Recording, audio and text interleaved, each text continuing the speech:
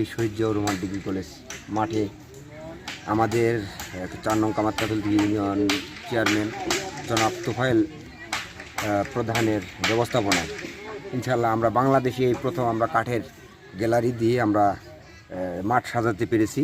এজন্য আমরা আমাদের চেয়ারম্যান মহোদয়কে আমরা আমাদের অন্তঃস্থল থেকে আমরা মোবারকবাদ জানাবো।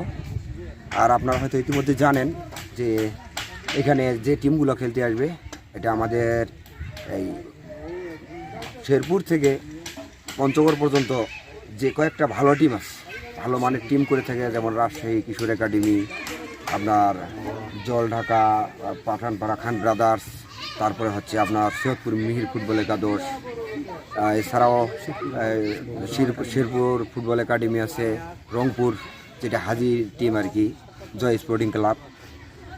আমরা যে টিমগুলো করেছি প্রত্যেকটাতে আমাদের ইনশাল্লাহ বিদেশি খেলোয়াড় থাকবে, দেশি এবং বিদেশি প্লেয়ার নিয়ে আসছে আমাদের এই টুর্নামেন্টের আয়োজন। সো দর্শকরা যাতে সুন্দরভাবে খেলা উপভোগ করতে পারে, এই সুন্দরভাবে একটা উপভোগ তাদেরকে উপহার দেওয়ার জন্যই আমাদের এত কষ্ট করে আমাদের এই আয়োজন। আমরা এখানে কাঠ বাঁশ প্রচুর দেখেন আমাদের যে শ্রমিক কাজ করতেছে, ইনশাল্লাহ আমরা আগামী 2 দিনের মধ্যে ক্লিয়ার করতে পারবো। ধন্যবাদ সকলকে।